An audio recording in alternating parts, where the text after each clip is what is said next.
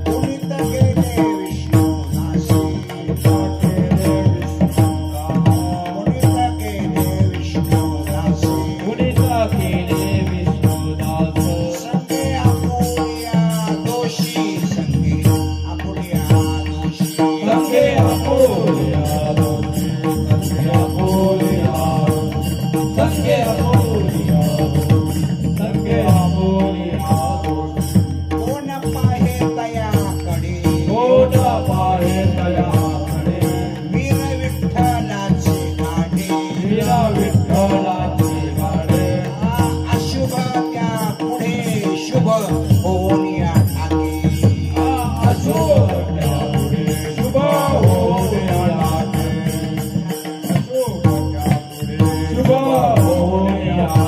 प्रेम सुखाची राशी प्रेम सुखाची राशी प्रेम सुखाची राशी प्रेम सुखाची राशी पाप नाही ओखदासी पाप नाही ओखदासी पाप नाही ओखदासी पाप नाही ओखदासी पाप नाही ओखदासी पाप नाही ओखदासी कोण पाहे दयाकडे कोण पाहे दयाकडे वीर विठ्ठलाची गाणे विठ्ठलाची गाणे अशुभ त्या पुढे शुभ होण्या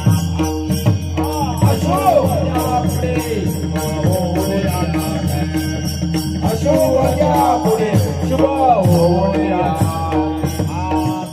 म्हणे ज्ञानी तुका म्हणे जाणे का म्हणे ज्ञानी तुका म्हणे जाणे केली वैकुंठ मेदिनी केली वैकुंठ मेदिनी गेले वैकुंठ मेदिनी गेले वैकुंठ गेले वैकुंठ मेदिनी गेले वैकुंठ मेदिनी तुका म्हणे ज्ञानी तुका म्हणे जाणे का म्हणे ज्ञानी तुका म्हणे जाणे केली वैकुंठ मेदिनी केली वैकुंठ मेदिनी गेले वैकुंठ मेदिनी गेले वैकुंठ मेदिनी कोण पाहे दयाकडे कोण पाहे दयाकडे वीर विठ्ठलाची गाडी विठ्ठलाचे गाणे अशुभ त्या पुढे शुभ होण्या अशोभ्या पुढे शुभ होण्या अशोभ्या पुढे शुभ होण्या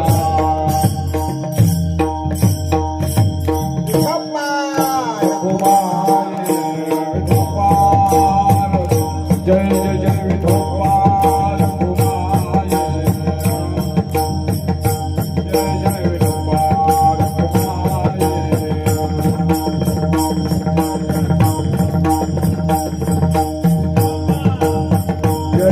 विठोबाल कुमार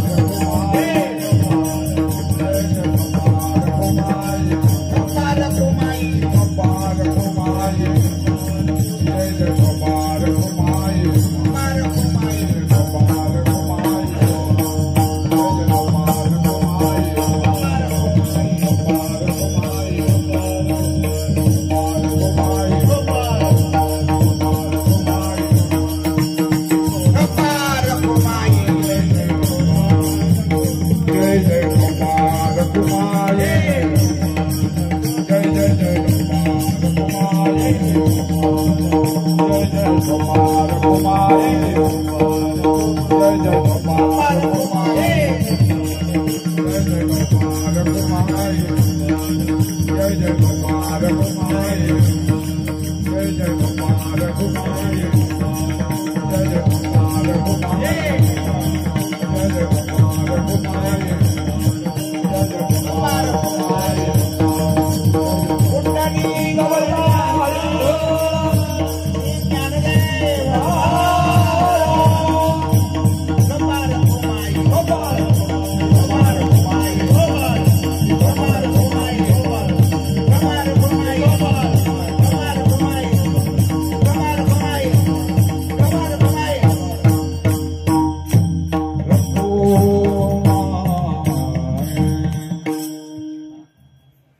हरी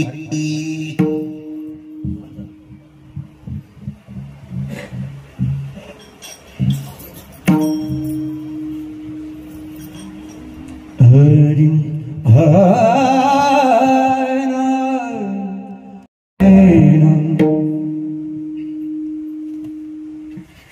पुनीत केले विष्णुदास पुनीत केले विष्णुदास पुनीत केले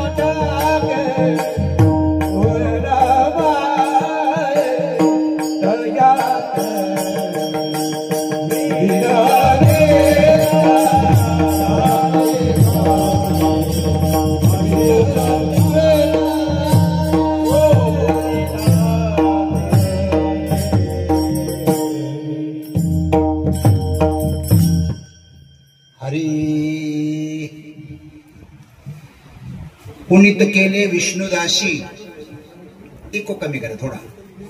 पुनीत केले विष्णुदासी संगी आपुलिया दोषी, कोण पाहे तयाकडे वीर विठ्ठलाचे गाढे, अशुभ त्या पुढे शुभ होण्या ठाके.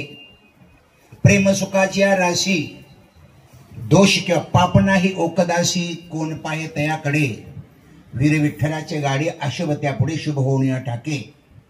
तुका म्हणे त्याने केली वैकुंठ मेदिनी, कोण पाहे तयाकडे वीर विठ्ठलाचे गाडे, अशुभ त्या पुढे शुभ होण्या ठाके. सलाबादप्रमाणे आमनेपाडी गावी गेली 32 वर्ष हा उत्सव चालू आहे. मला वाटतंय एकनाथ षष्टीचा पर्वकाळ साधून दरवर्षी माझी सेवा असतेच. याही मला निमंत्रण दिलेलं आहे, मी वेळेवर हजर झालेलो आहे. या भागाचं मला एक वैशिष्ट्य वाटतं महाराज. या भागाचं जवळजवळ 8 महिने उत्सव चालू असतात. 8 महिने. पावसाळ्यामध्ये मला 4 महिने बंद राहते. दिवसभर काम करायचं आणि रात्री कीर्तन ऐकूनच झोपायचं. लक्ष्मी घरी तुमच्या काय येणार नाही बुवा. जो नारायणाचं भजन करतो ना त्यांच्या घरी लक्ष्मी येणार, कारण नारायणाचा आणि लक्ष्मीचा अद्याप घटस्फोट झालेला नाही असं ज्ञानेश्वर महाराज म्हणतात. सकुळने आपुली आत्मजा सतकुळीची दिधली हे असो लक्ष्मी स्थिरावली मुकुंदी जायशी. जो नारायणाचं भजन करतो तिकडे लक्ष्मी आपोआप येणार. हे मी काय अनुभवाने बोलतोय, कारण 45-46 वर्ष मी इकडे येतोय. हे प्रगती जो चाललेली आहे, लक्ष्मी येत चाललेली आहे. असो, फक्त नारायणाला विसरायचं नाही, लक्ष्मी कुठे जाऊ शकत नाही बुवा. तेव्हा दुसरा दिवस आहे आणि एकनाथ महाराजांचा उत्सव असल्यामुळे मी हा चिंतनाकरता वैष्णव पराभंग निवडलेला आहे. पुनित केले विष्णुदासी संगे आपुलिया दोषी. तुकाराम महाराज वैष्णवाच्या महिमा या अभंगामध्ये सांगतात. पहिल्या चरणामध्ये वैष्णवाच्या संघाचा महिमा सांगतात. संघ पुनित केले विष्णुदासी संगे आपुलिया दोषी. दुसऱ्या चरणामध्ये 4 चरण आहेत, त्याच्यामध्ये वैष्णवांचं सामर्थ्य सांगतात. कोण पाहे तयाकडे वीर विठ्ठलाचे गाढे अशुभ त्यापुढे शुभ होणे ठाके. चौथ्या चरणामध्ये त्यांच्याकडे काय असतं आणि काय नसतं सांगतात. प्रेम सुखाची राशी आणि पाप नाही ओकदाशी. आणि चौथ्या चरणामध्ये जगाला त्यांचा काय फायदा या वैष्णवांचा याचं दिग्दर्शन करतात. तुका म्हणे त्यांनी केली वैकुंठ मेदिनी. कोण पाहे तयाकडे वीर विठ्ठलाचे गाढे अशुभ त्यापुढे शुभ होणे ठाके. आपण चिंतन करायचं थोडंसं आपल्या अभ्यासाप्रमाणे. अर्थात वैष्णव कोणाला म्हणायचं? जो विष्णूचा दास आहे त्याचं नाव वैष्णव. आमच्या देवाची भागवतामध्ये 3 रूप सांगितलेली आहेत. मी नेहमी सांगतो, आपला विषय नेहमीचा आहे. वदंती तत्तत्व विदस्तत्वम अज्ञानम अद्वयम ब्रह्मेती परमात्मेती भगवानेती शब्दते. 1, 2, 11 भागवतामधला श्लोक आहे. देवाची 3 रूप. नंबर 1 ब्रह्म, नंबर 2 विष्णू, नंबर 3 भगवान. जो सगळीकडे व्यापक आहे ना त्याला म्हणतात ब्रह्म. जो वैकुंठामध्ये चतुर्भुज आहे ना त्याला विष्णू किंवा परमात्मा म्हणतात. आणि 6 गुणांनी आकारले होते त्याला म्हणतात भगवान. राम भगवान, कृष्ण भगवान, पांडुरंग भगवान. याचा अर्थ जे विष्णूचे दास आहेत म्हणजे रामाचे दास, कृष्णाचे दास किंवा पांडुरंगाचे दास यांचं वर्णन तुकाराम महाराज या अभंगामध्ये करतात. पुनित केले विष्णुदासी संगे आपुलिया दोषी. अर्थात साधी व्याख्या वैष्णवांची आहे. जो सतत नामस्मरण करतो ना तो वैष्णव. नामा म्हणे नाम केशवाचे घेशी तरीच वैष्णव हुशार जना. याच्यामध्ये 4 प्रकार पडले जातात. कधी कधी देवाचं नामस्मरण करतो ना वैष्णव आहे, पण 4 नंबरचा. जो सतत नामस्मरण करतो तो 3 नंबरचा वैष्णव. निमिषार्ध तुटलेलं क्षण जेन सोडी ते हरिचरण ते वैष्णवा माझी अग्रगण्य राय ते जण उत्तम भक्त भागवत. सतत नामस्मरण करतो 3 नंबर. 2 नंबर कोण? जो स्वतः नामस्मरण करतो दुसऱ्याला नाम घ्यायला भाग पाडतो. ते सभाग्या नरेशेषु कृतार्थांदुपनिषितम स्मरयंती स्मारयंती हरिनाम कलयोग भागवत. जे स्वतः नामस्मरण करतात आणि दुसऱ्या नामस्मरण करायला लावतात. जे स्वतः पंढरपूरला जातात आणि दुसऱ्याला पंढरपूरला घेऊन जातात. जे देहूला जातात स्वतः दुसऱ्याला घेऊन जातात. 3 नंबर आपल्या. 2 नंबर आणि 1 नंबर कोण? ज्यांच्या आजूबाजूचं वातावरणच नाममय मंगलमय होतं त्याला म्हणतात टॉप मोस्ट वैष्णव. असे 2 वैष्णव आपल्याला सापडतात. नंबर 1 सीता आणि नंबर 2 ज्ञानेश्वर महाराज. जेव्हा हनुमंतराय सीतेच्या शोधाला निघाले तेव्हा रामप्रभूंना विचारले सीता नेमकी दिसायला कशी आहे. रामाच्या खिशामध्ये सीतेचा फोटो नव्हता. हल्ली मोबाईलवर जसे पोरांच्या फोटो असतात तसं नव्हतं, कारण त्यावेळेला मोबाईलचा शोधच नव्हता. अर्थात हनुमंतांनी सीता बघितली नव्हती. रावणाच्या बायका किती होत्या? 80,000 बायका होत्या. आणि कलर गेला तो पसावा एकही नाही असं तुकाराम महाराज म्हणतात. मी म्हणत नाही. 80 ससर्जा सुंदर कामिनी माझी मुखराणी मंदोदरी.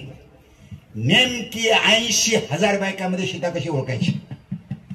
तेव्हा हनुमंताला रामप्रभूंनी सांगितलं, म्हणले हनुमंता ज्या ठिकाणी माझी सीता बसली असेल ना तिथल्या राक्षसीने सुद्धा भजन करत असणार, तिथली झाडं भजन करत असणार, तिथले दगड सुद्धा भजन करत असणार.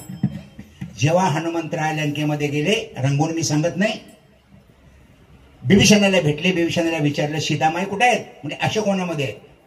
जेव्हा हनुमंतराय अशोकवनात निघाले सीतेकडून जो वारा येत होता ना तो वारा सुद्धा राम राम राम म्हणत होता.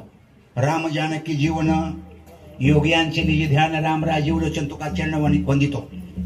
हनुमंतराय पुढे गेले. ज्या आजूबाजूला सगळे राक्षसीने होते ना, त्या सुद्धा रामराम म्हणत होते. त्रिजे उद्गार आहेत. कर्म पाहता राक्षसी, मनुष्याचा आहार आम्हासी, भेटी होता ज्याने कशी निष्कर्माशी विसरले. राक्षसीने भजन करत होता सीतेच्या सानिध्यामध्ये. जेव्हा हनुमंतराणी झाडाला कान लावले ना, झाडं सुद्धा रामराम म्हणत होते, आणि दगडाला कान लावलं, दगड सुद्धा रामराम म्हणत होते, असं नाथ महाराज म्हणतात. महाराजांच्याकडून ओवी घेतलेली आहे. जेत सीतेची वस्ती घडे, तेत राम नाम स्मरती झाडे, पाशानही खडे सदा सर्वदास राम. सीता टॉप मोस्ट वैष्णव, आणि ज्ञानेश्वर महाराज सुद्धा मोठे वैष्णव. ज्ञानदेव वैष्णव मोठा,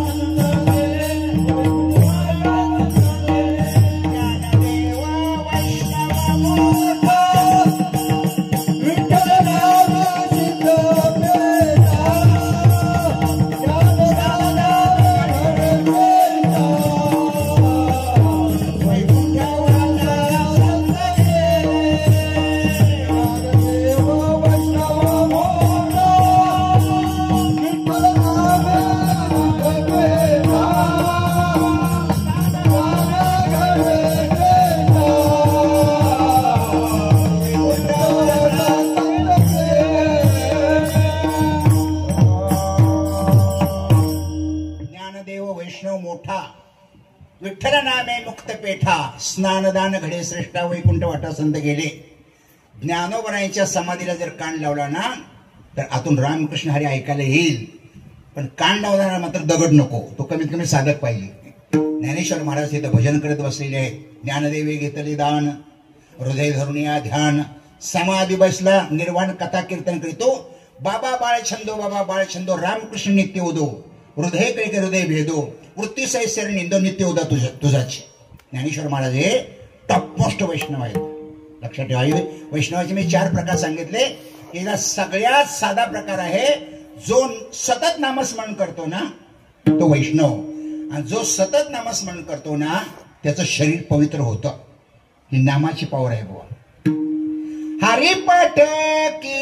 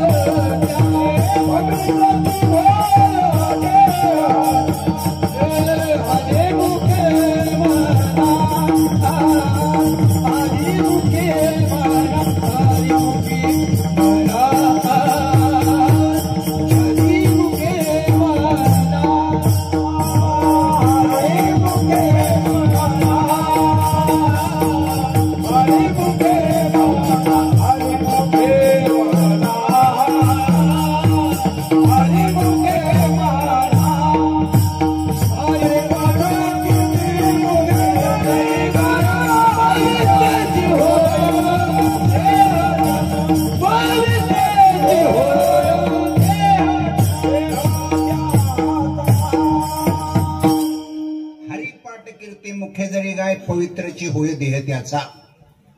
नाम बरवया बरवंठ, नाम पवित्र आणि चोखट, नाम स्मरे नीलकंठ निज सुकून येवाला. नामामध्ये फार मोठी शक्ती आहे. जो सतत नामस्मरण करतो ना त्याचा देह पुनीत म्हणजे पवित्र होतो. लक्षात ठेवा, याच्यामध्ये 4 प्रकार पडले जातात. नंबर 1, काहींचं शरीरही अपवित्र आणि वाणी सुद्धा अपवित्र. नंबर 2, काहींचं शरीर पवित्र, वाणी अपवित्र. नंबर 3, काहींचं शरीर अपवित्र, वाणी पवित्र. आणि नंबर 4, काहींचा देहही पवित्र आणि वाणी सुद्धा पवित्र. लगेच तुम्हाला समजेल बुवा. एक कोटी करणं काय अवघड नाही, फक्त थोडे चिंतन करायचं झाली कोटी. काहींचं शरीर हे अपवित्र आणि वाणी सुद्धा अपवित्र. दुष्ट लोक आहेत ना, उदाहरणार्थ दुर्योधन. भूमी कापे त्याच्या भारे, कुंभपाकाची शरीरे, बोले निष्ठुर उत्तरे, पापदृष्टी मलिन चित्त. एका चरणामध्ये या दुष्टांचं वर्णन केले तुकाराम महाराजांनी. या दुर्योधनाचं शरीरही अपवित्र कुंभपाक होतं आणि नेहमी घाणेरडं बोलायचं. एवढं घाणेरडा की मोठ्या माणसांना सुद्धा कधी आदरणीय बोलवायचं नाही. विदुरांना म्हणायचा या दाशी पुत्र. द्रौपदीला सुद्धा सारखं नाव ठेवायचं. कोण? दुर्योधन. शरीरही अपवित्र होतं त्याचं आणि वाणी सुद्धा अतिशय अपवित्र. गंधमादन नावाचे ऋषी एक होऊन गेली. अशी कथा सांगितली जाते. जेव्हा राजश्री यज्ञ चालला होता ना, ब्राह्मण जेवत असताना भीम गादा घेऊनच फिरायचा. दम देऊन हे खाल्लं पाहिजे, नाहीतर बांधून पोटावर बांधून न्यावं लागेल. हे सगळं कृष्णाने बघितलं आणि भीमाला फिरायला नेलं आणि ऋषींचं दर्शन करवलं. गंधमादन. ते गंधमादन ऋषीचं शरीर पवित्र होतं पण वाच्या घाणेरडी होती. तोंड सडलेलं होतं. तेव्हा भीमाने बघितलं, म्हणजे महाराज क्षमा करा, तुमचं शरीर तर तेजपुंज दिसतंय पण वाणी बरोबर दिसत नाही का? म्हणले मी ब्राह्मणांना जास्त शिव्या दिल्या म्हणून, भक्तांना जास्त वाईट बोललो म्हणून ना. तपश्चर्याने माझं शरीर पवित्र झालेलं आहे पण नको त्यांना बोलल्यामुळे वाणी अपवित्र झालेली आहे. गंधमादन ऋषी. शरीर पवित्र, वाणी अपवित्र. तिसरा प्रकार आहे शरीर अपवित्र पण वाणी मात्र पवित्र. जे पिऊनच भजन करतात. पूर्वी चालायचं लक्षात येईल तुमच्या. हे भजन करताना ना मारूनच टाकायचं. काही काही गायक बाई मी बघितलेले आहेत, प्यायल्याशिवाय त्यांचा घसाच लागत नाही, सूरच लागत नाही. असे कोणाचा विचारू नका. ते पेला घेऊनच बसतात बाजूला.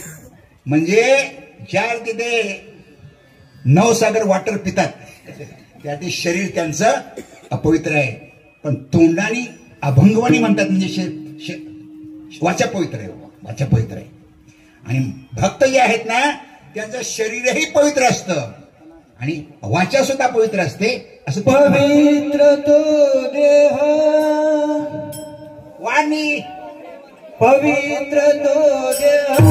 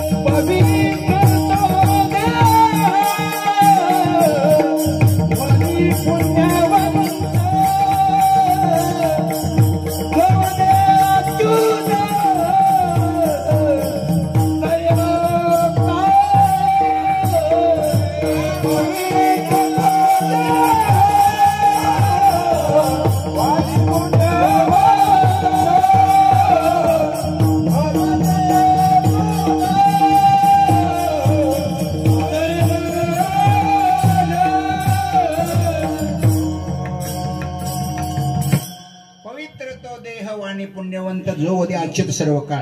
तुकाराम महाराज म्हणतात या वैष्णवांचं शरीर पवित्र असतं आणि वाणी सुद्धा पवित्र असते. पवित्र सोवळी एक तीच भूमंडळी, ज्यांचा आवडता देव अखंडित प्रेमभाव. अर्थात हे एवढे पवित्र असतात की तीर्थ सुद्धा यांचे दर्शन घ्यायला अपेक्षा करतात. तीर्थे तया ठया येथे पवित्र व्हावया, परवा काळ पाया तळी वशे वैष्णवा. जेव्हा ज्ञानेश्वर महाराज गेले होते ना उत्तर प्रदेशाला, कथा सांगितली जाते प्रत्यक्ष शंकर ज्ञानेश्वर महाराजांना न्यायला आले. ज्ञानोबाचा हात प्रेमे धरी विश्वनाथ, ऐसे बोलत चालत दोघ्याले गंग्यात. ज्ञानाबाईचे पाय मिठी मारी गंगामाई, नामा म्हणे सोडाबाई ज्ञानदेव सर्व ठाई. जगामध्ये 3.5 कोटी तीर्थ आहेत आणि सगळ्यात 1 नंबरचं तीर्थ आहे गंगा.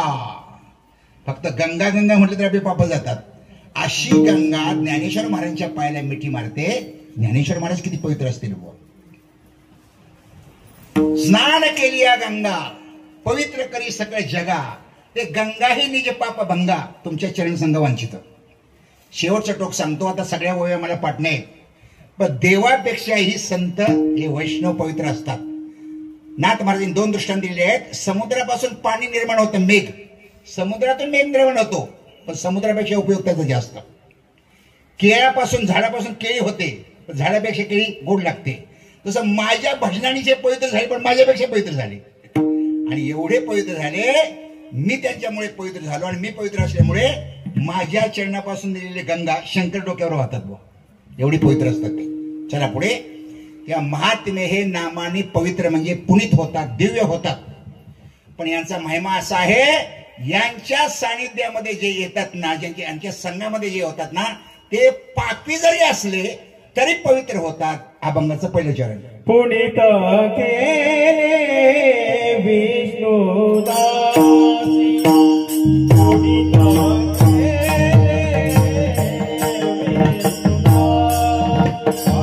पुनीत केले विष्णुदासी, पुनीत केले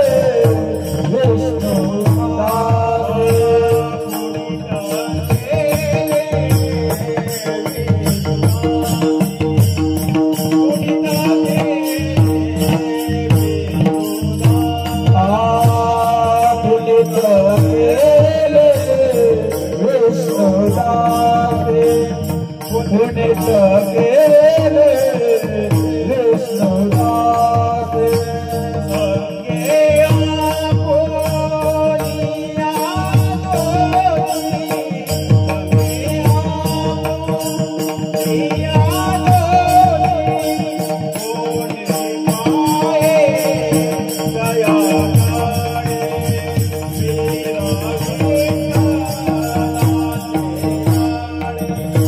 संगे आपोलिया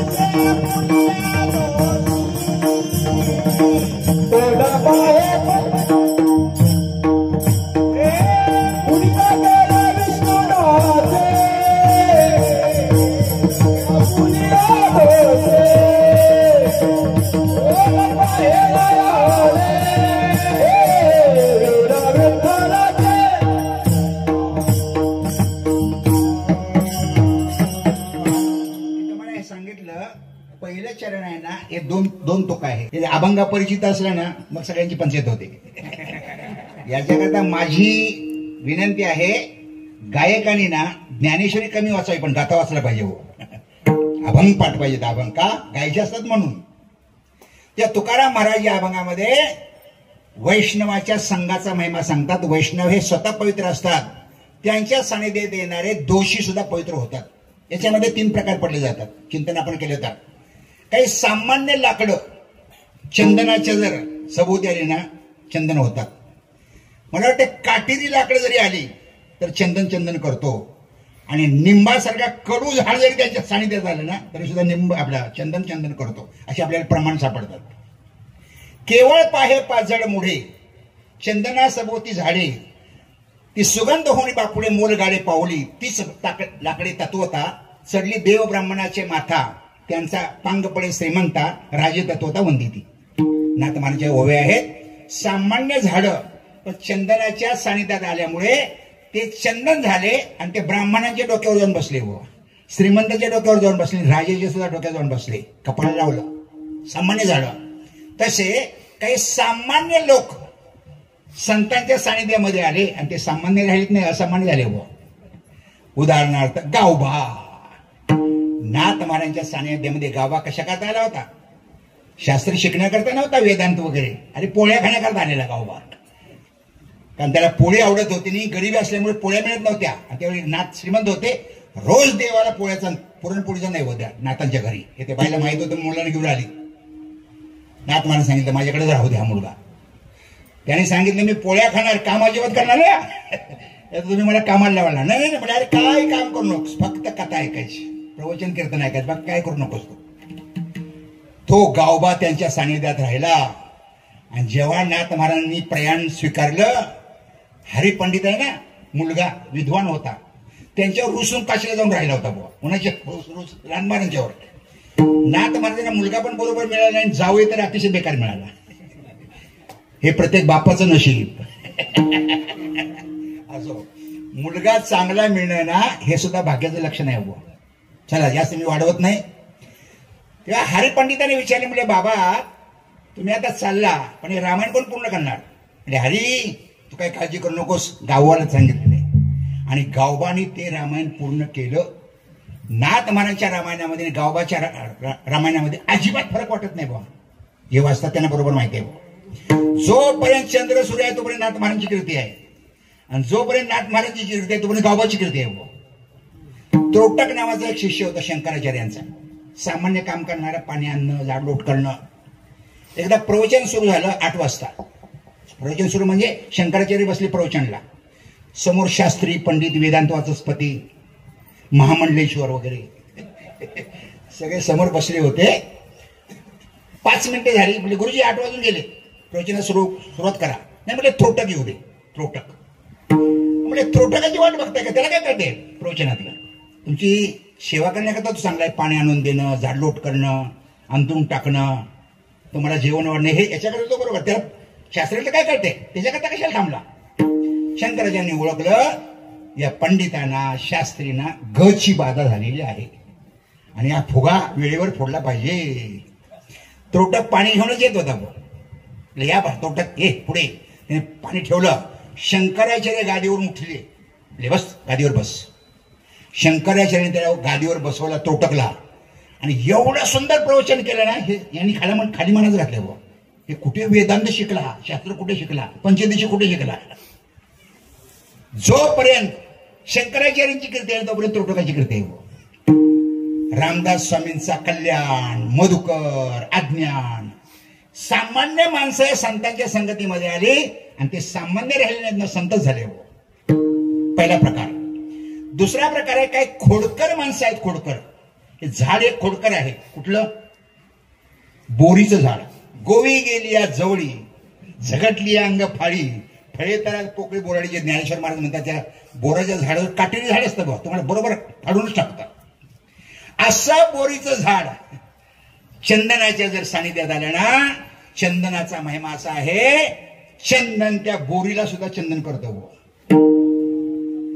संताने सरता केलो तैशा परी, संताने सरता केलो तैशा परी,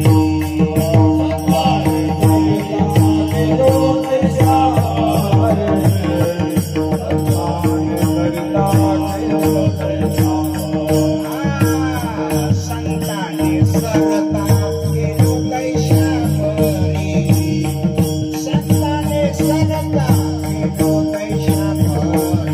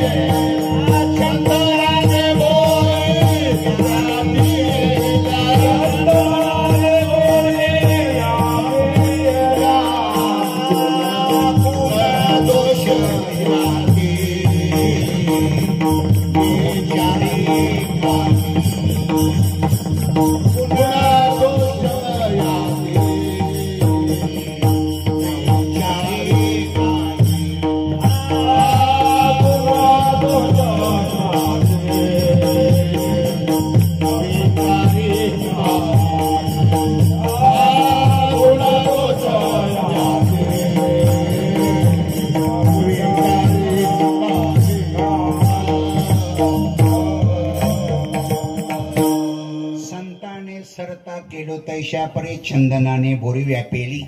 तुकारामांचं प्रसिद्ध प्रमाण आहे, चंदनाच्या सानिध्यात येणारी बोरी, काटेरी बोरी ना चंदन चंदन बनवतो. तसे महात्म्याच्या संतांच्या सानिध्यामध्ये काही खोडकर माणसं आली बुवा, पण ती खोडकर राहिली नाहीत बुवा, महात्मे झाले. उदाहरणार्थ विसोबा खेचर. या विसोबा खेचरने ज्ञानेश्वर महाराजांना एवढा त्रास दिला, मधुकरी मागू दिली नाही बुवा. कुंभाराला सांगितलं ना मडकं द्यायचं नाही, मांडे हे कसे काय खाऊ शकतात. तेलाला सांगितलं तेल द्यायचं नाही अजिबात. काय देवाचा कोप. तुम्हाला आश्चर्य वाटेल, आळंदीमध्ये 750 वर्ष झाली अजून कुंभाराचं चाक फिरत नाही आणि तेलाचा घाणा सुद्धा फिरत नाही बुवा. हे ज्ञानेश्वर महाराजांची नाराजी आहे, लक्षात ठेवा. देवाला संतांचा अपमान अजिबात सहन होत नाही बुवा. अर्थात विसोबा खेचरने भरपूर त्रास दिला. मांडे खाण्याची इच्छा झाली निवृत्ती नाताना. थोडं पीठ वगैरे मिळालं. रुक्मिणी आपल्या हे मुक्ताबाई रडायला लागल्या बुवा. मांडे खाण्याची दादाची इच्छा झालेली आहे. सामान्य मांडे मिळत नाहीत, मडकं मिळालं नाही, तेल सुद्धा मिळालं नाही. घरी आली, थोडं पीठ आणलं होतं, थोडंसं सामान आणलं होतं. ज्ञानेश्वर महाराज म्हटले, मुक्ताई रडू नकोस, नाराज होऊ नकोस, तुला मांडेच करायचे आहेत ना, तयारी कर. म्हणजे भाजायचे कसे आहेत दादा, म्हणजे त्याची काळजी करू नको, फक्त तयारी कर. ज्ञानेश्वर महाराजांनी आपली पाठ तापवली आणि त्या पाठीवर मुक्ताबाईंनी मांडी भाजली. सगळ्यांना कथा माहित आहे. तुम्हाला आश्चर्य वाटेल, हा विसोबाना चोरून बघत होता बघ कसे मांडे खात आहेत. आणि जेव्हा ज्ञानेश्वर महाराजांची पाठ बघितली आणि मांडी भाजली आणि त्याचा वास गेला ना त्याच्या नाकामध्ये मांड्याचा, असा खजील झाला, आतमध्ये आला आणि ज्ञानेश्वर महाराजांच्या पायाला शिवा लागला. ज्ञानेश्वर महाराजांनी असा झटका मारला, सर परताव केचरा. आणि ज्ञानोबरायांचा स्पर्श झाल्याबरोबर ना तो विसोबा खेचर राहिला नाही, ब्रह्मरूप झाला भाऊ. फक्त ब्रह्मरूप नाही, डायरेक्ट नामदेवरांचा गुरुच केला भाऊ. ज्ञानोबरायांचा स्पर्श आहे भाऊ. मला काय सांगायचं आहे, अतिशय खोडकर हा विसोबा खेचर. पण खोडकर असला ज्ञानेश्वर महाराजांच्या सानिध्यात आला, भरतिया भावे शरण जाता भेटी पाळी तसे तुटी जन्मव्याधी. ज्ञानोबरांचा महिमा आहे, संघाचा महिमा. चला पुढे. ज्ञानोबरांनी दुसरा दृष्टांत दिलेला आहे, निंबाचं झाड अतिशय कडू, ते जरी चंदनाच्या सानिध्यामध्ये आलं ना, चंदन त्याला चंदन बनवतं बुवा. ज्ञानोबरांची ओवी आहे, शिवतले निंब होते की जवळी, देवाच्या निढळी बैसने केले. हे निंब आहे ना अतिशय कडू, त्याला साखरेचा जरी पाक टाकला ना तर आपला कडपण सोडत नाही. पण ज्ञानोबराय म्हणतात ते लिंबाचं झाड जर चंदनाच्या सानिध्यामध्ये आलं ना, चंदन त्याला चंदन बनवतो. आणि तो लिंब सुद्धा श्रीमंताच्या राजाच्या डोक्यावर जाऊन बसतो. आता निंब म्हणजे अतिशय कडू, सगळ्यात कडू, सगळ्यात पापी, सगळ्यात दोषी कोण? अरे वाल्या कोळी काय ब्रह्महत्या राशी पातकी अपार, वाल्मिका किंकर वंदे केला. जगामध्ये सगळ्यात सुपर बाबींवर ब्राह्मणांना मारून 7 रंजन भरले होते. आणि त्याला फक्त संघ झाला नारदाचा. किती वेळ? चातुर्मास नाही, 1 आठवडा नाही, आणि थोडा वेळ संघ झाला. त्याच्या जीवनामध्ये असं परिवर्तन झालं. कथा आपल्या सगळ्यांना माहित आहे. तो वाल्या कोळी राहिला नाही, वाल्मिकी ऋषी झाला. संतांचा थोडासा संघ घडला निमिषवर. कोळ्याची कीर्ती वाढली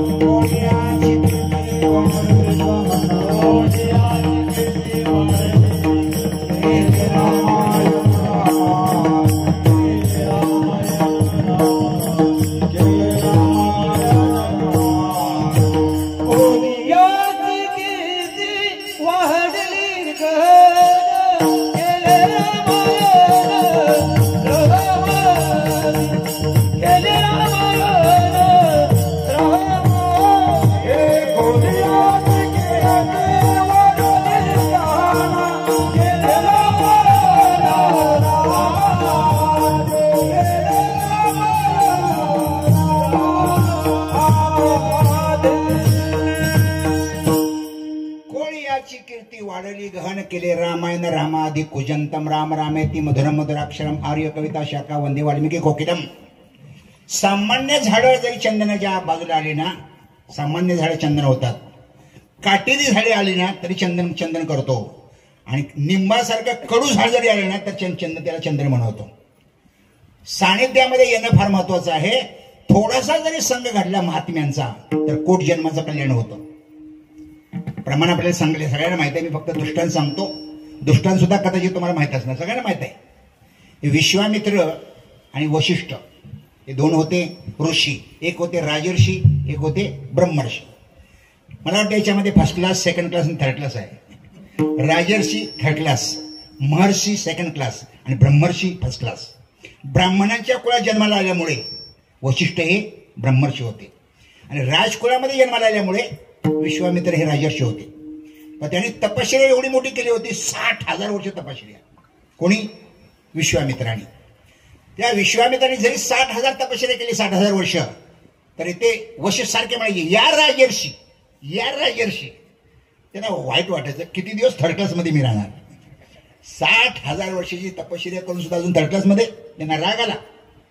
म्हटले आपण असं करू, दोघे जण ब्रह्मदेवाकडे जाऊ आणि तुम्ही श्रेष्ठ का मी श्रेष्ठ का ठेवून जाऊ दे ब्रह्मदेवाकडे. का? तर कलियुगामध्ये खोटं जास्त चालतं. की ते कोण वकील असेल तर क्षमा करा, वकीलला पैसे मिळतात ते खोटं बोलण्याचंच बुवा. खोटं बोलल्याशिवाय धंदा करू शकत नाही. आणि वकील सौदे न्यायाधीशाला खोटं बोलायला लागले. म्हणून म्हणजे इथं थांबायचं नाही. सत्य लोकांमध्ये ते अजिबात खोटं चालत नाही. ब्रह्मलोकामध्ये त्याचं नावच सत्य लोक आहे. तेव्हा हे दोघे गेले. ब्रह्मदेवाला मोठं आश्चर्य वाटलं, हे कसे काय आले हो, म्हणजे कसं काय आणलं तुम्ही? विश्वामित्राने सांगितलं, हो 60,000 वर्षाची तपस्या करून सुद्धा मला हे राजर्षीच म्हणतात. तर मी श्रेष्ठ काय, हे श्रेष्ठ तुम्ही सांगा, तुम्ही जगाचे मालक आहात. तेव्हा ब्रह्मदेवाने सांगितलं, म्हटले पहा पाचामुखी परमेश्वर, आपण असं करू, पंच बोलवू. म्हणजे कोण बोलवायचं? म्हणजे 5 राहू दे, तिघेच बोलवा. कोण तिघे? नंबर 1 सूर्य, नंबर 2 सागर, नंबर 3 शेष. विश्वामित्राने घाय झाले होते हो, कारण त्यांनी तपश्चर्या केली 60,000 वर्ष. अभिमान होता त्यांना. डायरेक्ट गेला सूर्याकडं. म्हणजे माझ्या बाजूने साक्ष द्यायला चला. सूर्य बोला मी येतो, पण माझ्या जागेवर काम कोण करणार? एखादा बदली काम का तुमच्याकडे आहे का? तुमच्या जागेवर कोण काम करणार? आणि म्हणजे जगामध्ये अंधार पडेल ना सगळा. मी निघालो तर मी येऊ शकत नाही, जागा सोडू शकत नाही.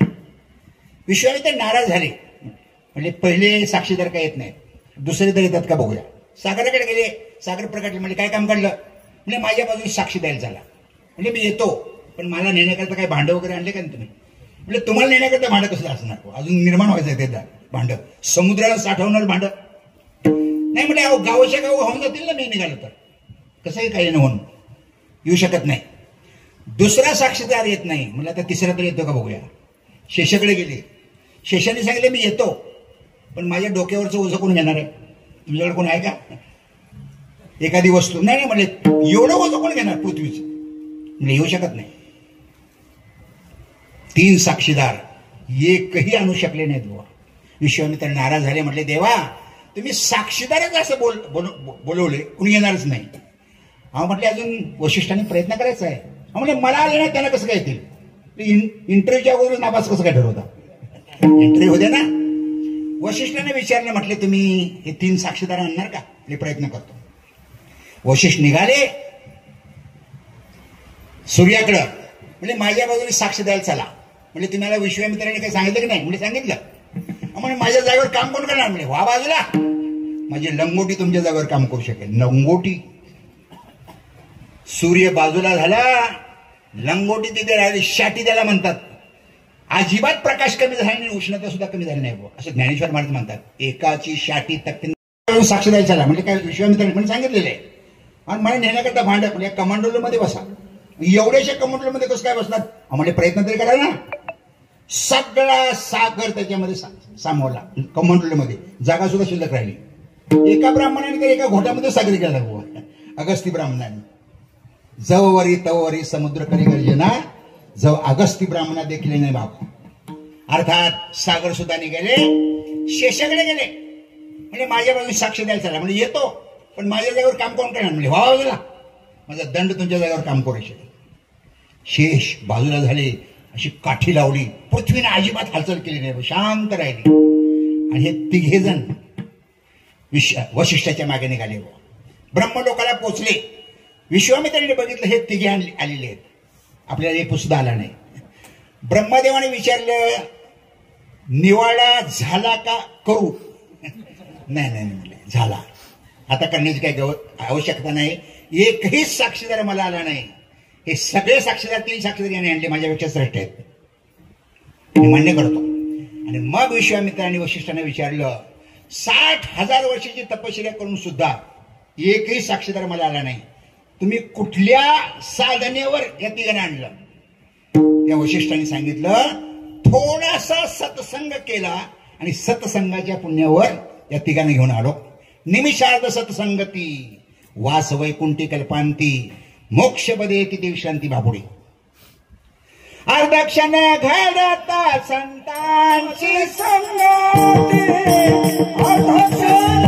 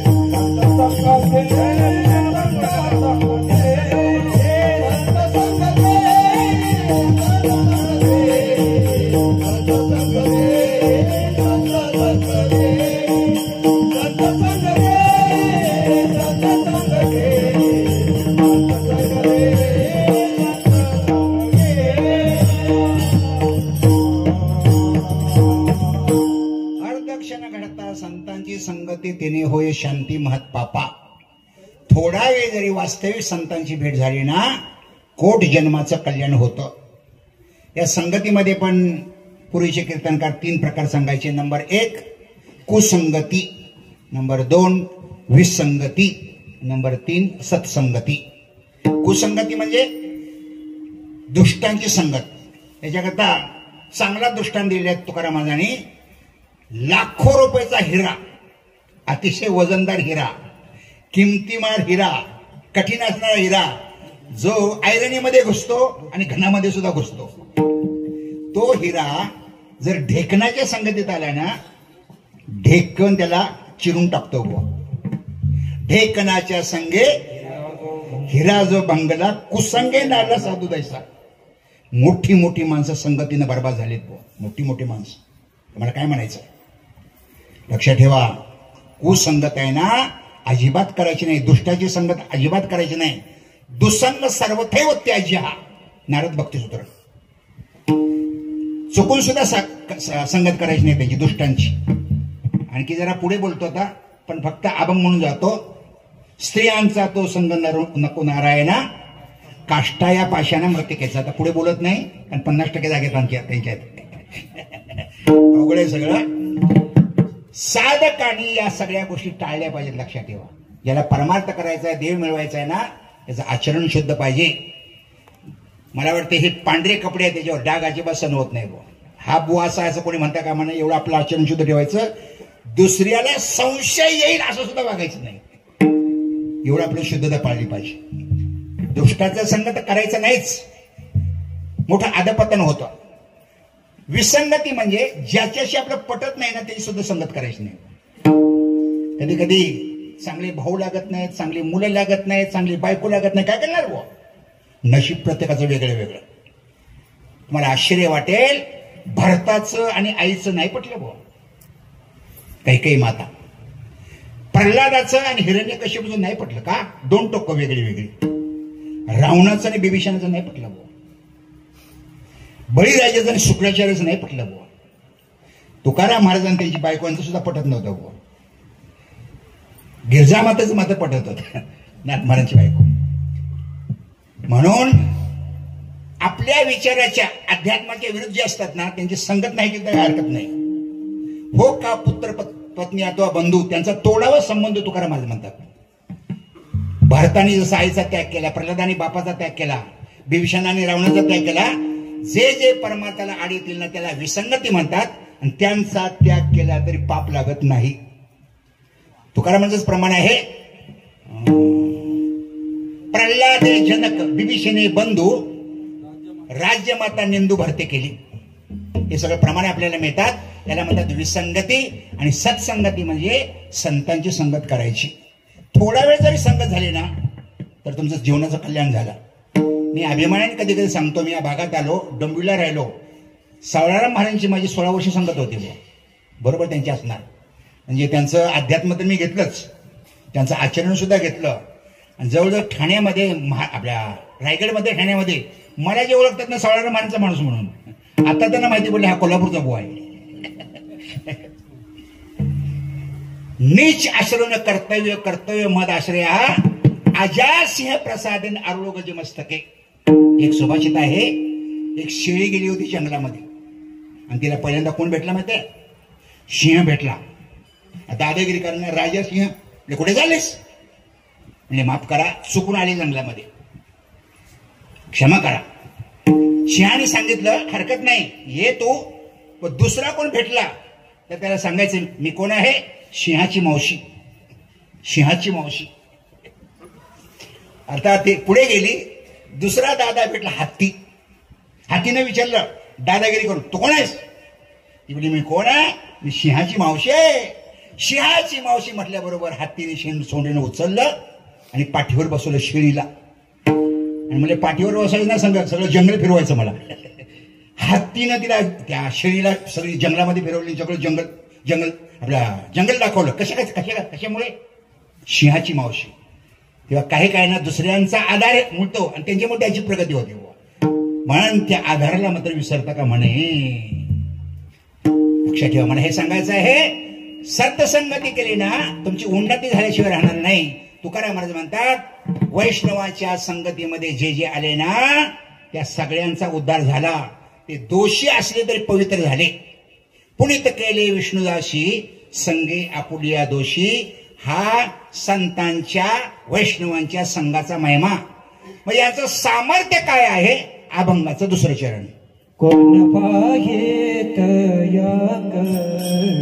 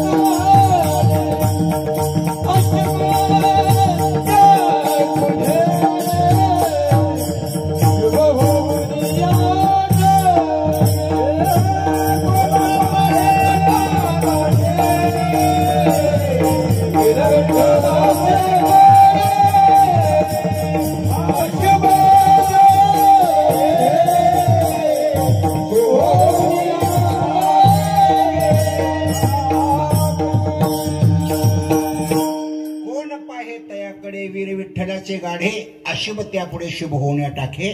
तुकाराम महाराज दुसऱ्या चरणामध्ये त्या वैष्णवांचं सामर्थ्य सांगतात. कोण पाहे तयाकडे, म्हणजे त्यांच्याकडे वाकड्या दृष्टीनं कोण बघणार बुवा. समर्थाची सेवका नाही, समर्थाची सेवका कोण वक्र पाहे असा त्रिभुवनी. काय जर थोडं चुकतंय. समर्थाची सेवका वक्र पाहे ऐसा त्रिभुवनी कोण आहे.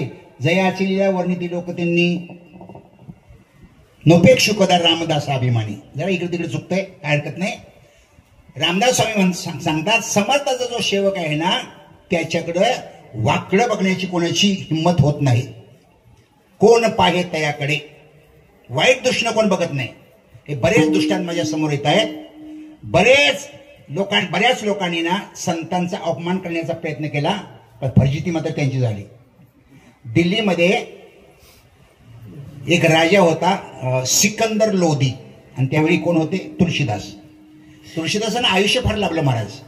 ज्ञानेश्वर महाराजांना आयुष्य किती, 22 वर्ष. तुकाराम महाराज 42 वर्ष. नाथ महाराज 62 वर्ष. नामदेवराय 80 वर्ष. सुरदास 102 वर्ष. आणि तुळशीदास 126 वर्ष. 126 वर्ष जगले. त्यांची मोठी कीर्ती वाढली, आणि कीर्ती वाढली त्याला सहन झाले त्या राजाला. म्हणजे आमच्यापेक्षा यांची कीर्ती वाढत चालली महाराज लोकांची. तेव्हा राजाने त्याला तुरुंगात टाकलं. तुळशीदासानं तुरुंगात टाकलं. कोणी, सिकंदर लोधी नावाच्या मुस्लिम राजाने. त्याने देवाला प्रार्थना केली असेल तुळशीदासाने. हजारो मोठे मोठे वानर तयार झाले दिल्लीमध्ये, हजारो वानर. आणि ते काय करायला लागले मध्ये, बुरखे फाडायला लागले. बुरखे. आता बुरखा कोणाचा असतो, मुस्लिम स्त्रिया होत्या ना त्यांचे बुरखे फाडायला लागले. सगळे वानर हलकल्लोळ मारला दिल्लीमध्ये. वानर इकडे इकडे वानरच फिरायला लागले. सगळे मोठे मोठे वानर, सामान्य वानर नाही, हजारो वानर. अर्थात सगळा गोंधळ उडाला. आणि मग राजाकडे बातमी गेली, म्हणजे सगळा दिल्लीमध्ये गोंधळ चाललाय, वानरच वानर. त्या राजाने काजीला बोलवलं आणि काजीला विचारलं मी काय चाललंय. काजीने सांगितलं त्या तुळशीदासांचा तुम्ही अपमान केला, तुरुंगात टाकले नाही, असा हा परिणाम आहे. मग राजाला त्यांचं महत्व कळलं. गेले, साष्टांग दंडोत घातला, क्षमा मागितली, आणि मग ते वानर शांत झाले. कोण पाहे तयाकडे, वीर विठ्ठलाचे गाडे. वाकड्या नजरेने त्यांच्याकडे कोणी बघू शकत नाही. तुम्हाला आश्चर्य वाटेल की द्रौपदी आहे ना, द्रौपदी विराट राजाच्या नगरीमध्ये होती. तिचं नाव काय, सैरंध्री. सैरंध्री ते मला बरोबर उच्चार येत नाही. आणि ती कोण होती, दाशी होती, राणीची. विराट राजाच्या बायकोची दाशी होती ती. दिसायला अतिशय सुंदर होती द्रौपदी. या 5 जणींना कधी म्हातारे होत नाहीत.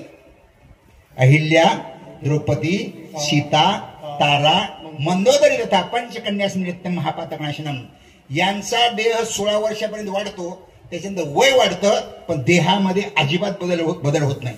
चिर तरुण याला म्हणतात. जसा कृष्ण नेहमी 16 वर्षाचा, राम नेहमी 16 वर्षाचा, राधा नेहमी 16 वर्षाची. वयामध्ये वाढ होते पण शरीरामध्ये काही बदल होत नाही. दिव्य शरीर, पंचमहाभूतीच्या पलीकडे शरीर त्यांचं. त्या द्रौपदीवर ना तिच्या भावाचा डोळा होता. कोण, किचक. किचक मेहुणा, म्हणून मेहुण्याला घर ठेवू नये.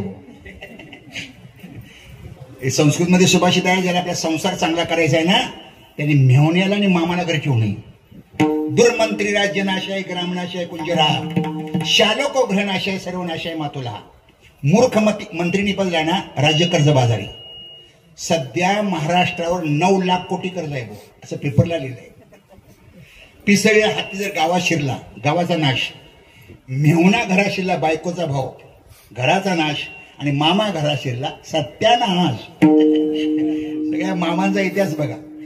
इथले सोडून मी बोलतोय आमने पाडील. मी कोणाचा मामा आहे, मेहुणा सुद्धा आहे भाऊ. फक्त काही मामा मात्र चांगले आहेत. दांडेकर मामा चांगले मामा आहेत, शेलार मामा चांगले मामा. आणि आता आमच्या कोल्हापूरचे बाळू मामा, हे मामा म्हणजे परमार्थी मामा आहेत. तेव्हा मेहुण्याला घरात ठेवायचं नाही हे मी सांगतोय. किचक आहे ना, त्या डोळा होता त्या द्रौपदीवर. आणि बहिणीला सांगायचा, हिला मला माझ्या सेवेकरता पाठव, माझ्या सेवेकरता पाठव. आता ती पाठवत नव्हती, द्रौपदी पण जात नव्हती. शेवटी बहीण पण कंटाळली, म्हणजे माझ्या भावाची सेवा तुम्हाला करावं लागेल. हे द्रौपदीनं भीमाला सांगितलं. भीमाने सांगितलं द्रौपदीला, त्याला गोड बोलून कब्जात घे, मी तुमची सेवा करायला तयार आहे. आणि तुम्ही मला रात्री 12 वाजता रंगमहालामध्ये भेटायचं. कुणी सांगितलं? द्रौपदीनं. कुणाला? किचकला. एवढा त्याला आनंद झाला, लगेच त्यानं शृंगार वगैरे केला. मला वाटतं इंग्लिशच मारली, सेंट वगैरे, आणि रंगमहालामध्ये गेला. पण रंगमहालामध्ये द्रौपदी नव्हती बुवा, कोण होता? भीम. आणि भीम असा अंतरून घेऊन झोपला होता. त्यानं काय केलं? असं अंतरून काढलं. अंतरून काढल्याबरोबर भीम उठला. आता भीमाचं शरीर ताकद 10,000 बळ होतं. रात्री 12 वाजता युद्ध सुरू झालं आणि भीमाने 1 तासामध्ये त्याचा चेंदामेंदा केला आणि गोळाचं बनवलं. कोणाचा? किचकचा. त्याचं भरपूर ताकद होती बुवा, मोठा दादा होता त्यावेळी. आणि त्याला 100 भाऊ होते, लक्षात ठेवा. किचकला 100 भाऊ. अर्थात ही सगळी बातमी संपूर्ण महाराष्ट्रामध्ये पसरली, भारतामध्ये पसरली. किचकवध झाला. तिकडे कौरवांना डाऊट आला, ज्या अर्थी याला मारले त्या ती पांडव अजून जिवंत आहेत. पण कसं काय ओळखणार? अर्थात सकाळी आहे ना, सगळे भाऊ जमा झाले. कोणी मारलं काय समजलंच नाही, पण द्रौपदीमुळे मारला गेला. द्रौपदीला पकडला बुवा आणि तिची धिंड काढली. डायरेक्ट म्हणजे आम्ही याला जाळणार स्मशानामध्ये, कोणी यायचं नाही आमच्या बरोबर. इकडे 50 भाऊ, इकडे 50 भाऊ. मध्ये रथ कोणाचा? द्रौपदीचा. स्मशानामध्ये चालले भाऊ, मारण्याकरता, ठार मारण्याकरता. जाळून टाकू इकडं, तिच्यामुळे आमचा भाऊ मेला. पण द्रौपदीने अगोदर सांगितलं होतं भीमाला, हे येत आहेत, स्वागत करा तुम्ही. द्रौपदी स्मशानामध्ये गेली. आता तिथं दळूनच बसला होता भीम. द्रौपदी एका बाजूला उभा राहिली, भीम समोर आला आणि 1 तासामध्ये 100 जणांना मारून टाकलं.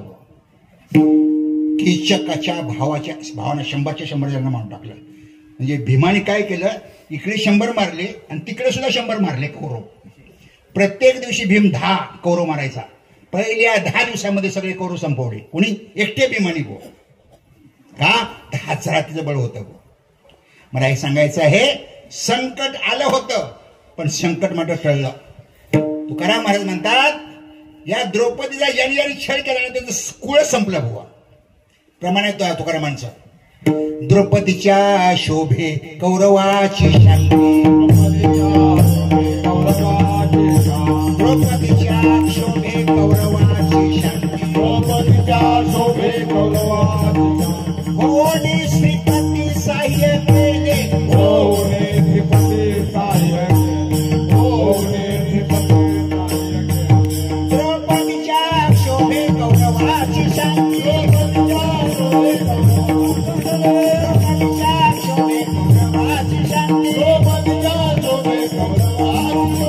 होणे श्रीपती साह्य केले, होणे श्रीपती साह्य केले, होणे श्रीपती साह्य केले. द्रौपदीच्या क्षोभे, द्रौपदीच्या क्षोभे, द्रौपदीच्या क्षोभे कौरवांची शांती. क्षोभ म्हणजे क्षत्रियाचा असतो क्षोभ, मोठा क्रोध. होणी श्रीपती साह्य केले, सगळ्यांचा नायनाट केला. तुम्हाला आश्चर्य वाटेल, नामदेवरायांच्या समोर सुद्धा गाय टाकली मारून सिकंदर लोधींनी. नामदेवराय आश्चर्यचकित, कीर्तनामध्ये काय देवाचा धावा केला. त्यांनी सांगितलं, राज किती दिवसात उठवणार, तुमचं मुंडकं उडवणार. 3 दिवसाची मुदत मागितली. तुम्हाला आश्चर्य वाटेल, 3 दिवस जेवले नाहीत नामदेवराय, पाणी प्याले नाहीत. आणि 3 दिवसांनी विठोबा आला आणि गाय उठवली. मला हे सांगायचं आहे, कोण पाहे तयाकडे वीर विठ्ठलाचे गाढे. जे वास्तविक संत आहेत, वास्तविक भक्त आहेत, वास्तविक वैष्णव आहेत ना, त्यांच्याकडे तुम्ही वाकडे नजरेने कधी बघू नका, तुमचं वाटोळच होणार. ज्ञानेश्वर महाराज म्हणतात, अरे बाकीचे वाकडी नजर सोडून द्या, काळाची सुद्धा यांच्यावर नजर चालत नाही. नित्य सत्य मित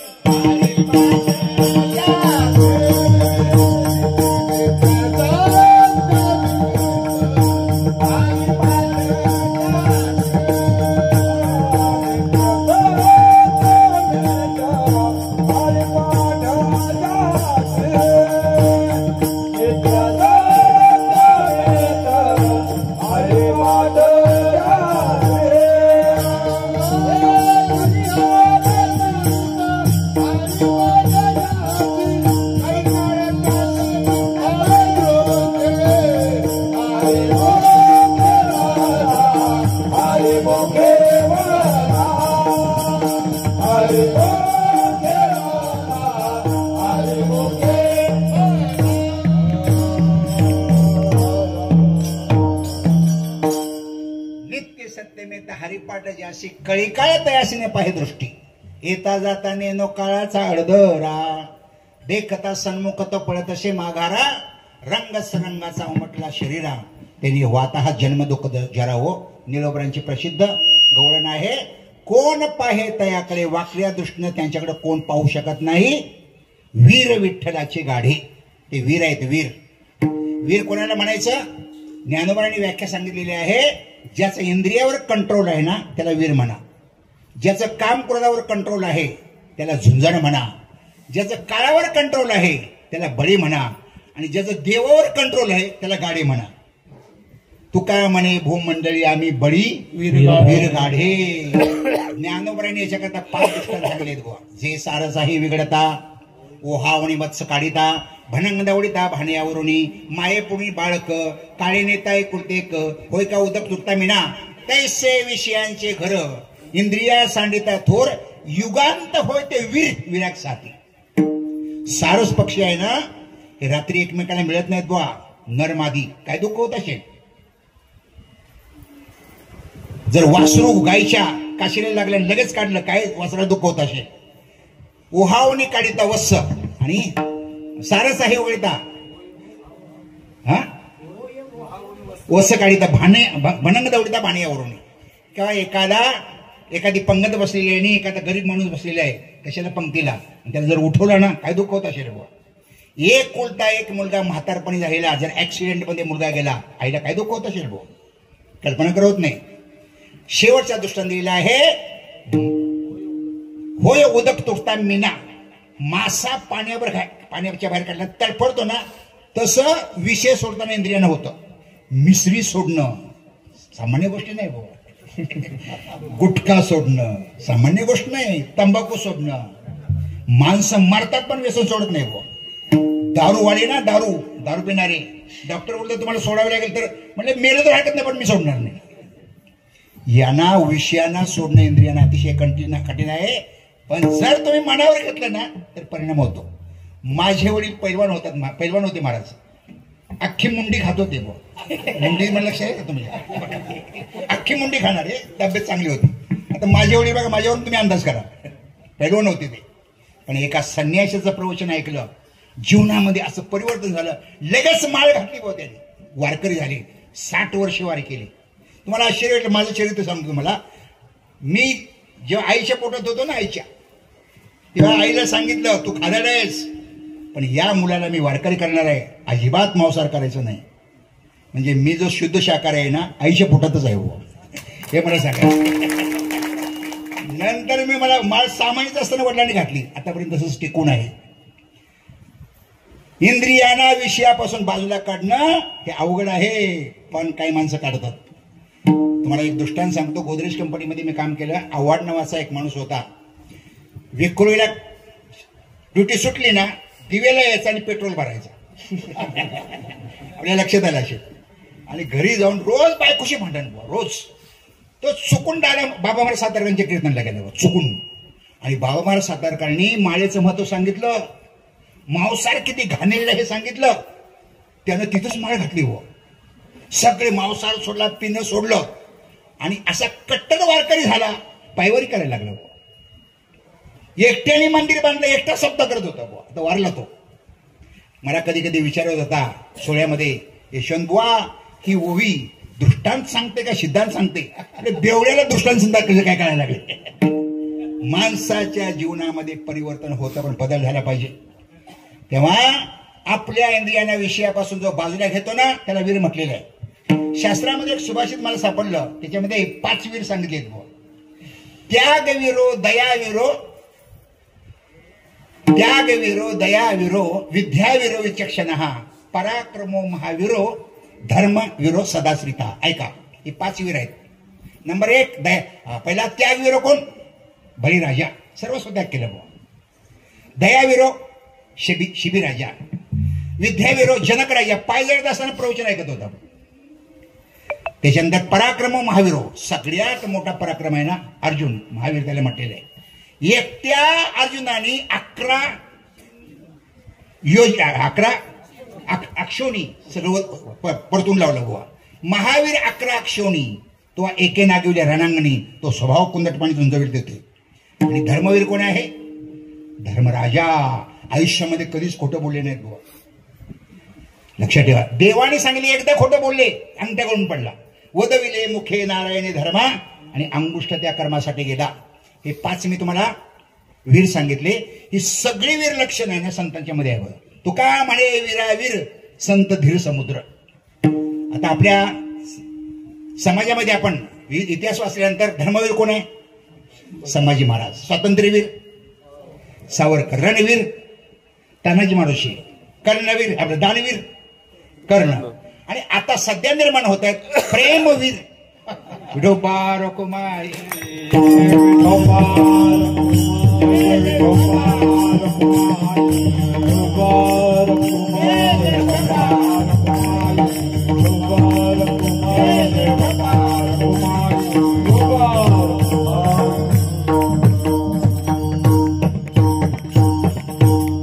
मला वाटतं प्रेमेवर तुमच्या लक्षात आलं असेल. लग्नाच्या अगोदरच हळद लावून घेणारा प्रेमवीर असो. त्या हे संत आहेत ना, हे महावीर आहेत. त्यांची इंद्रिय आपल्या ताब्यात आहेत. काम क्रोध बंदी खाणी. तुका म्हणे दिले दोन्ही इंद्रियाचे धनी आम्ही झालो गोसावी. कोण पाहे तयाकडे वीर विठ्ठलाचे गाडे, अशुभ त्यापुढे शुभ होऊन ठाके. सामर्थ्य सांगतात अशुभ त्यांच्या पुढे शुभ होतं. मला वाटतं याच्यामध्ये पण 4 प्रकार पडले जातात. काही माणसं शुभ अशुभ पाळतच नाहीत. भाऊ दिवस उगवले आणि मावळला एवढं त्याला माहित आहे. तुका म्हणे नाही ठावी तिथी तिथ मती, यमाची निशिंती कुळवाडी. सोमवार माहित नाही, एकादशी माहित नाही, काय माहित नाही. भाऊ जनावरासारखं वागणारे सैतान ना. शुभ अशुभ नाही. काही माणसं शुभ पाळतात. भाऊ सोमवारी खात नाहीत, गुरुवारी खात नाहीत. बाबा महाराज सातांकडं 10 माणसं गेली होती शिकलेली. बाबा महाराज सातांकडं म्हटले तुमचं प्रवचन आम्हाला फार आवडतं, अध्यात्म सुद्धा आवडतं, पण म्हटले आम्ही माळ घालायला तयार आहे, पण एक अट आहे, फक्त आम्हाला रविवारी परवानगी पाहिजे.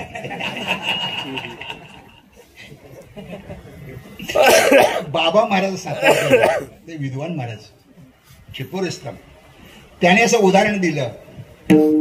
म्हटले एक मुलगी बोलली स्टँडर्ड आणि मॉडर्न लग्न ठरवताना, होणाऱ्या नवऱ्याला बोलली मी तुमच्याशी 6 दिवस आनंद राहील, पण 1 दिवस मात्र बॉयफ्रेंड बरोबर फिरेल, तुम्हाला जमेल का?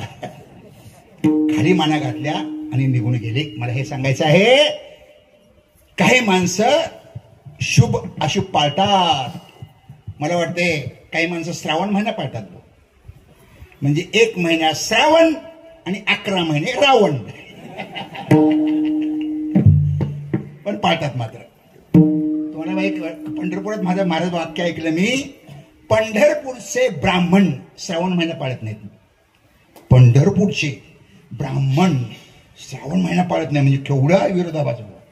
हे पंढरपूरच्या माणसाचं वाक्य ऐकलं. काही माणसं शुभाशुभ पाळत नाहीत, काही शुभाशुभ पाळतात, पण ज्या ठिकाणी संत जातात ना तिकडे सगळ्या शुभ दिशा होतात. बुवा तुका म्हणे हरीच्या दासा, म्हणे हरीच्या दासा, तुका म्हणे हरीच्या दासा. शुभ काळ अवघ्या दिशा, शुभ काळ अवघ्या दिशा, शुभ काळ अवघ्या दिशा, शुभ काळ अवघ्या दिशा, शुभ काळ अवघ्या दिशा, शुभ काळ अवघ्या दिशा. तुका म्हणे हरीच्या दासा, तुका म्हणे हरीच्या दासा.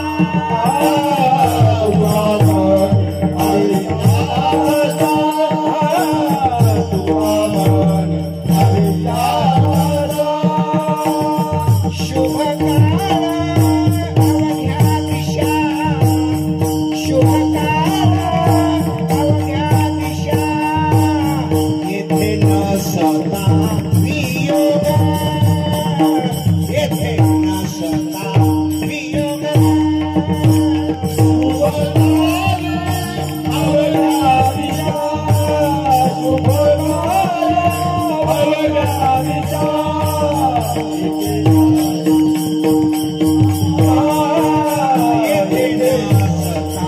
वियोग.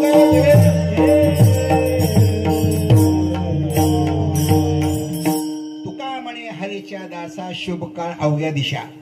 मंत्र महामणी विषय व्यालके, मेटत कठिन कुअंक भालके, भाव कुभाव अनक अलसहो, नाम जपत मंगल दिशा दसो. तुळशीदासांचा दुआ आहे, जो नामस्मरण करतो ना त्याला संपूर्ण दिशा मंगलमय असतात, पवित्र असतात. आणि चौथा मुद्दा, महात्म्यांच्या वैष्णवांच्या संतांच्या जीवनामध्ये एखादी अशुभ घटना आली ना त्याचं लगेच परिवर्तन शुभ मध्ये होतं.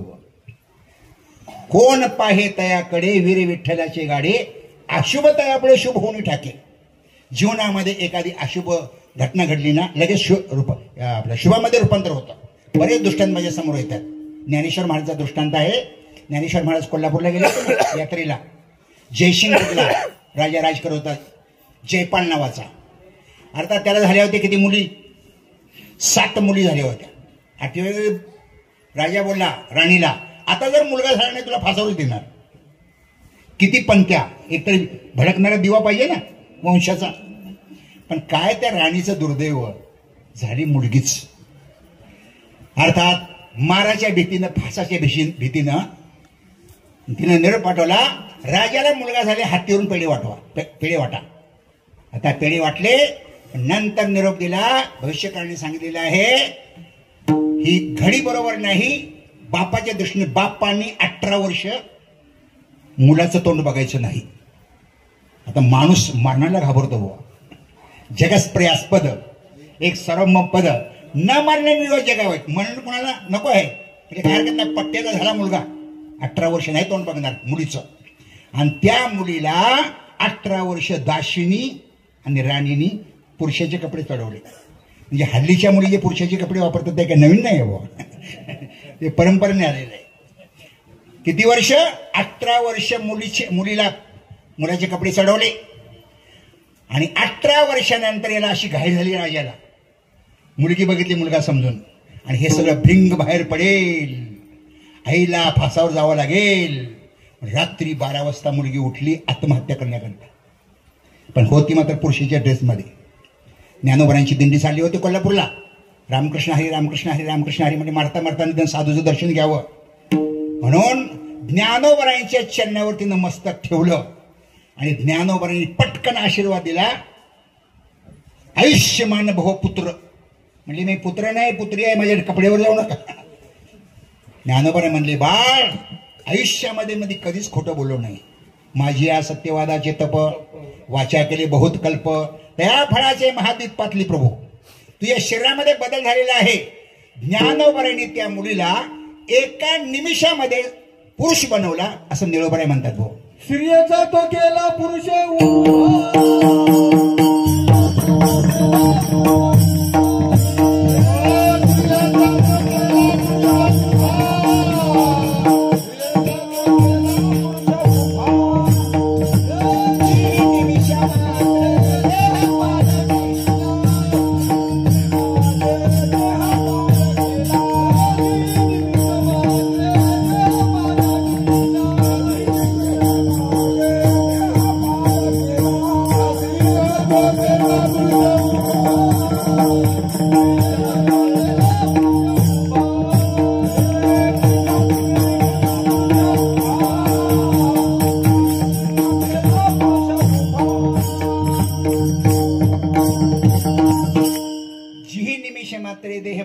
स्त्रीचा तो केला पुरुष उभा. निळोबरांचा प्रसिद्ध प्रमाण आहे. ज्ञानोबराने त्या मुलीचा मुलगा एका निमिषात बनवला. फक्त निमिषात मुलगा नाही, अरे डायरेक्ट राजाच बनवला बुवा. त्या राजगादीवर तो बसला. घटना होती अशुभ, पण त्याचं रूपांतर लगेच शुभामध्ये झालं. अशा बऱ्याच घटना आहेत. हे कमाल आहे ना, कमाल. कमाल म्हणजे कबीराचे पुत्र. हे सुद्धा वागण्यामध्ये एकदम परफेक्ट होते बुवा. मला आश्चर्य वाटते. त्यांची कथा येते. कबीर बोलले, अरे कमाल, आपल्यापेक्षा लहान स्त्री असेल ना तिला मुलगी समजायचं, आपल्या वयाची असेल ना तिला बहीण समजायचं, आणि आपल्यापेक्षा मोठी असेल तिला आई समजायचं. हे शिक्षण दिलं वडिलांनी घरामध्ये.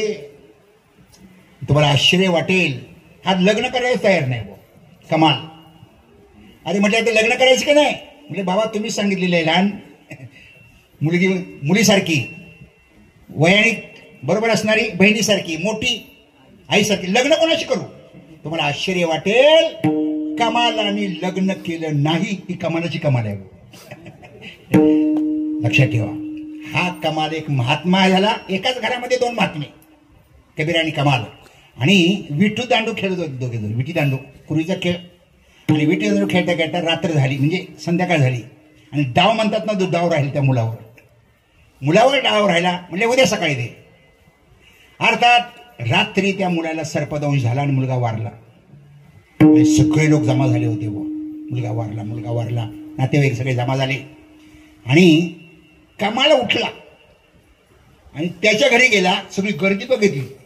आणि काय झालं? अरे ज्याच्याशी तो खेळत होतात ना, तो संपला रात्री. म्हटलं कसं काय संपेल? तो जवळ गेला, एकच दांडू मारला आणि म्हटलं माझा डाव द्यायचा म्हणून मरतो की काय, तुला मरून देणार नाही. दांड मारल्याबरोबर तो उठून उभा राहिला. म्हणजे अशुभ घटना होती, पण झाली लगेच शुभ घटना. ज्या ज्या ठिकाणी महात्मे जातात ना, कितीही अशुभ जरी घटना असेल ना, त्याचं परिवर्तन शुभ कार्यामध्ये होतं.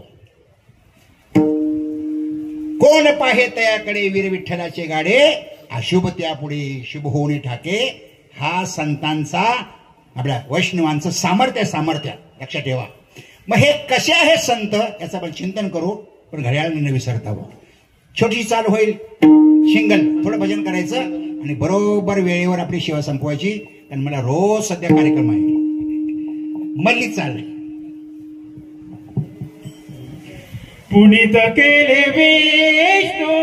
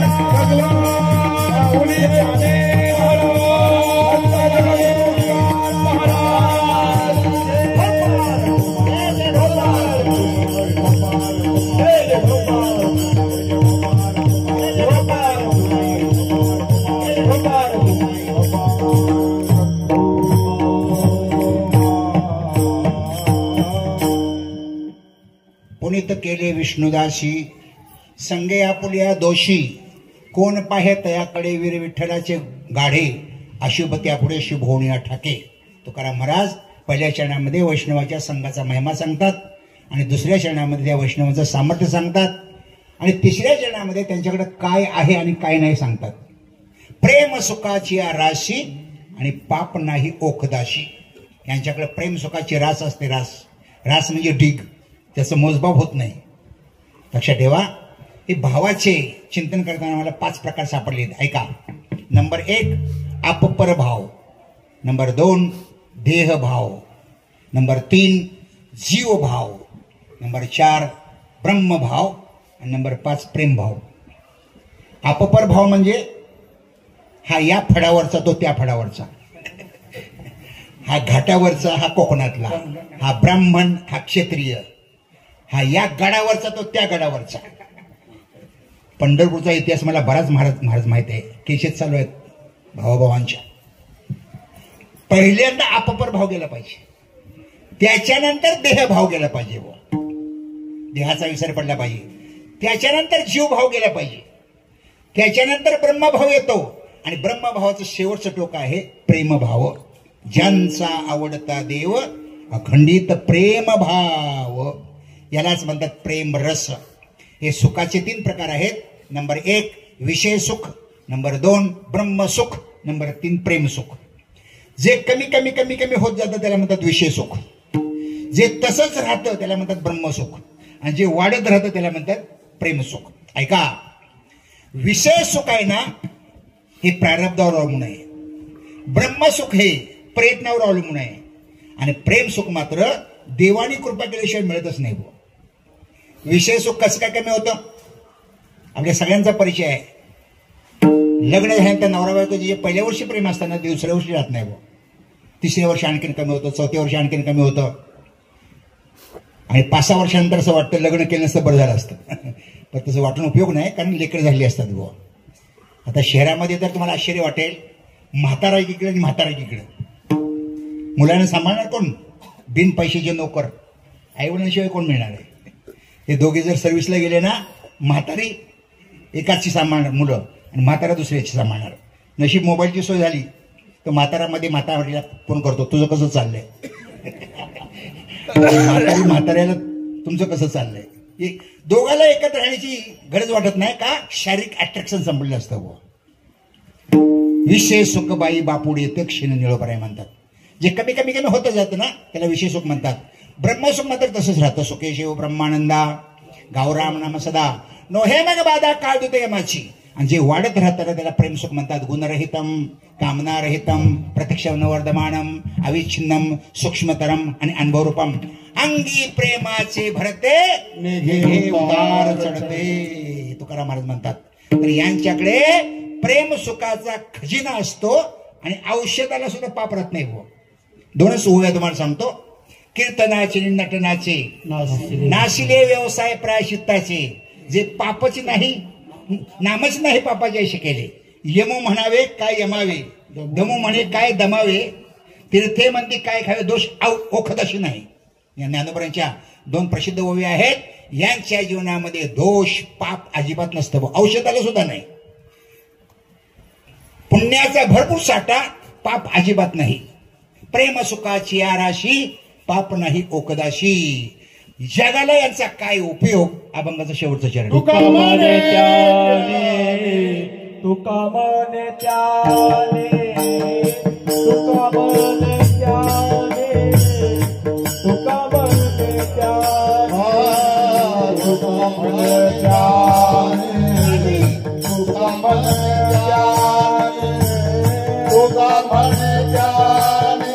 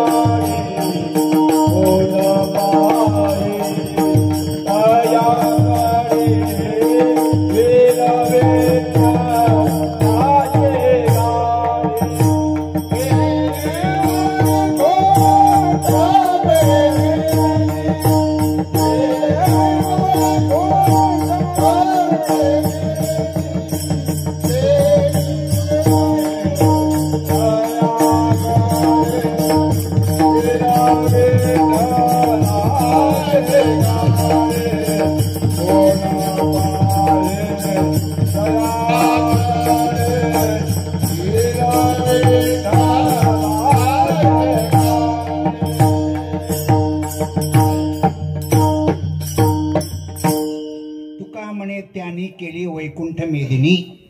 जगाला यांचा काय उपयोग. तर ज्या ठिकाणी हे अवतीर्ण होतात ना तिथं वैकुंठ निर्माण करतात. बुवा काही एका देणे वैकुंठा जावे ते वैकुंठाची केली आघेवे ऐसे नाम घोष गौरवे धवळले विश्व. पृथ्वीला काही लोकांचा भार होतो आणि काही लोक जन्माल्यानंतर पृथ्वीला आनंद होतो. महात्मा ना ही भूमी वैकुंठ बनते. तुम्हाला आश्चर्य वाटेल. उत्तर प्रदेश ही देवभूमी असेल पण महाराष्ट्र मात्र संतभूमी आहे. जवळ ग्रंथामध्ये 50 संतांची नावं आहेत आणि त्याच्यामध्ये 14 जण श्रेष्ठ आहेत. ज्ञानेशम ज्ञानमूर्तींचे साक्षात प्रेम स्वरूपी नाम नामदेवमची दयामूर्ती नाथम वंदे पुन्हा पुन्हा वैराग्यास्य परामूर्ती देहोक्षितर निवासी नाम तुकाराम महाराष्ट्र भक्तराजू चतुष्टकम. ज्ञानेश्वर महाराज ज्ञानाची मूर्ती, नामदेवराय प्रेमाची मूर्ती, नाथ महाराज दयेची मूर्ती, तुकाराम महाराज वैराग्याची मूर्ती. यांना सोडून बावलटाच्या नाना लावू नका कोणाच्या तरी बावलटासारखे. लक्षात ठेवा या चौघापैकी कोणाच्या तरी एकाची उपासना करा नक्की तुमचं कल्याण झाल्याशिवाय राहणार नाही. तेव्हा नाथ महाराजांच्या जलसमाधी सोहळ्यानिमित्ताने ही सेवा होती आपली. ही सगळी सेवा त्यांच्या चरणी समर्पित करायची. नाथ महाराजांनी आमच्यावर कृपा करावी आणि आमच्या अंतःकरणामध्ये भक्तिप्रेम वाढावं ही सदिच्छा व्यक्त करतो आणि इथेच थांबतो. बोलण्याच्या ओघामध्ये माझा टोमणा कुणाला लागला असेल तर क्षमा करा. आणि काय बरोबर असेल माझ्या गुरूंची ज्ञानवत करूंची कृपा तरुण्यते पुरते आदिकते सरते करुणी घ्यावे तो मते विविधाशे तुका म्हणे त्यानी.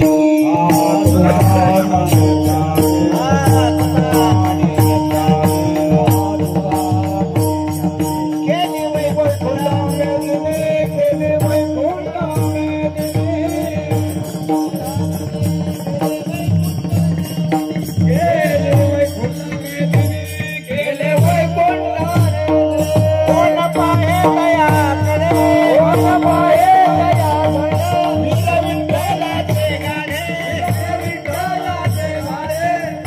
शुभ त्या पुढे शुभ होण्या झाले शुभ त्या पुढे शुभ होण्या झाले अशुभ त्या पुढे शुभ होण्या झाले विठाल जय जय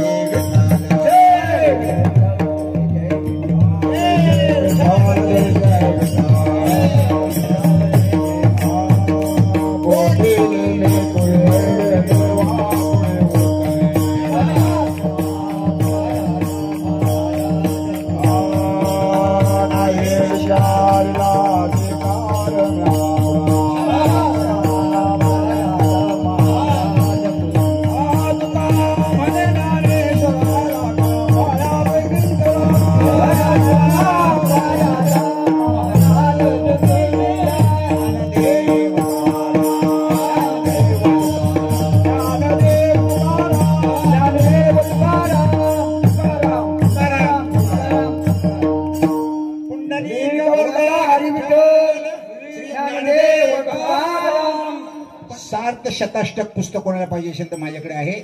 सूचना संपली. उद्याचे कार्यक्रम